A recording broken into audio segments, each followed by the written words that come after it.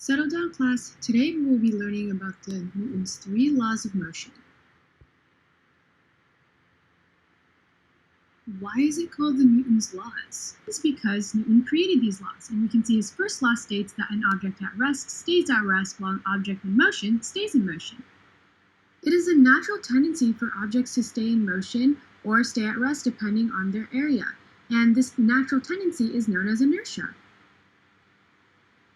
Oh yeah, I remember that from physics class.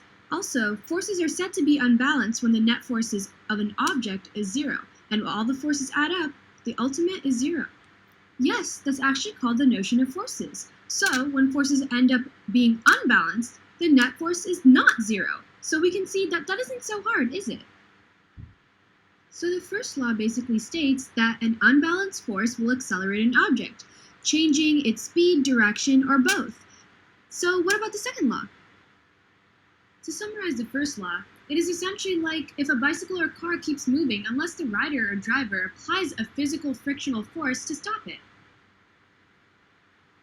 And as for the second law, it basically states how the behavior of objects for existing forces are not balanced and how acceleration is dependent on two variables. Two variables were the net force acting upon the object and the mass of the object. Basically, this formula that I wrote on the board, the acceleration is always in the same direction as the net force. So we can see that this is a mathematical representation, and Newton's law basically states that it would take a smaller force to propel a small yacht into the sea than to propel a supertanker. Oh right, this is because the latter has a greater mass than a former. Also, isn't an example of a force a push or pull object?